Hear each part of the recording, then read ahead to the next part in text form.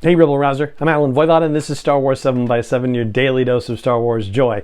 And thank you so much for joining me for it. So you may not understand why the fine folks at Lucasfilm included the Siege of Lothal in their list of essential Ahsoka Tano episodes until you actually get to the end of part 2 of that 2-part story arc. So the Siege of Lothal, of course, is the opening 2-episode premiere from season 2 of Star Wars Rebels. And as we mentioned in our discussion yesterday, Darth Vader is getting involved in the Rebel storyline. And here in the Siege of Lothal, he says we either have to get the Spectre Cell folks to come out of hiding if they are on Lothal, and if not, then we have to figure out how to draw them back. Now, as it turns out, they were not on Lothal. They were helping the Phoenix Cell of Rebels attack an Imperial convoy. And after that mission is over, there's a debriefing happening in which Ahsoka is involved.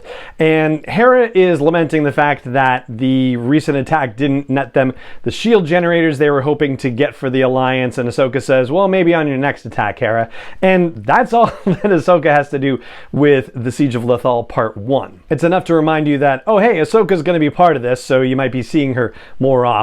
Now, to be able to jump ahead to what you need to know about Ahsoka, I have to tell you that Darth Vader sets a trap for the Rebels on Lothal. The Rebels fall into it, and they try to figure out how to get off-world. They make a deal with Lando Calrissian, which is great. He gets our heroes to trade away some of the shield generators they picked up in the whole process of this episode for some random transponder things that, when deployed, send out a signal that looks like the Imperial shuttle they stole. So with 4 different targets to consider, the Empire isn't able to identify the shuttle escaping from Lothal and going into hyperspace until they're gone. However, naturally, Darth Vader has ensured that there is a tracking device on that stolen Imperial shuttle, and it starts transmitting as soon as our heroes get back to the Phoenix Cell fleet.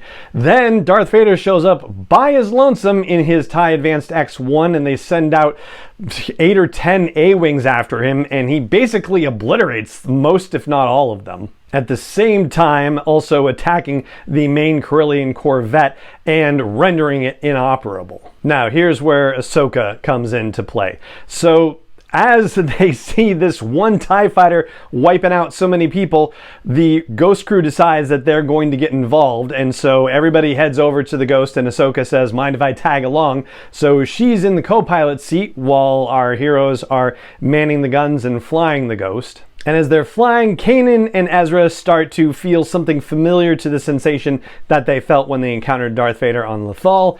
And then Ahsoka is trying to reach out with Kanan to, connect with the pilot who seems to be very strong in the Force.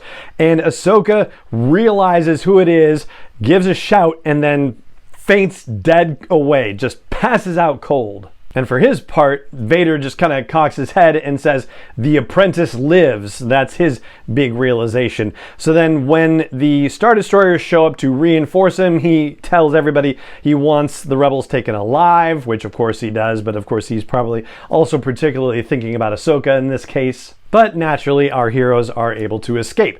So the after-action situation is that they're grilling Ahsoka about, who was that guy and what do you know about him? And she's like, I don't know, but I do know that he's going to keep coming after us. So it is interesting that she decides not to tell the Ghost crew who she suspects Darth Vader is. And in this particular moment, she may be even grappling with the notion that not only is he still alive, but that he's gone over to the dark side as well. It's not really clear from Season 7 of the Clone Wars exactly what she thinks about what happened with Anakin. She knows that there was some kind of traumatic situation that happened immediately before Order 66, but we don't necessarily know for sure what she knows or suspects about Vader up to this point. And for his part, Vader contacts the Emperor and says, hey, guess what? The apprentice of Anakin Skywalker is still alive.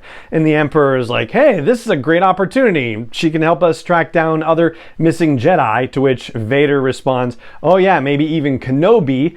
And the Emperor says, yeah, perhaps, if he's even still alive. Now, this of course takes place after the events of the Obi-Wan Kenobi series, where the last we left things, Vader was like, yeah, I still want to hunt down Kenobi, and the Emperor is like, yeah, are you sure about that? Because you seem kind of distracted and weak, and it's kind of bugging me. And so Vader's like, okay, never mind. He's dead to me. Forget about it. So now here he is a few years later bringing Kenobi back up again. And yeah, this is one of those little...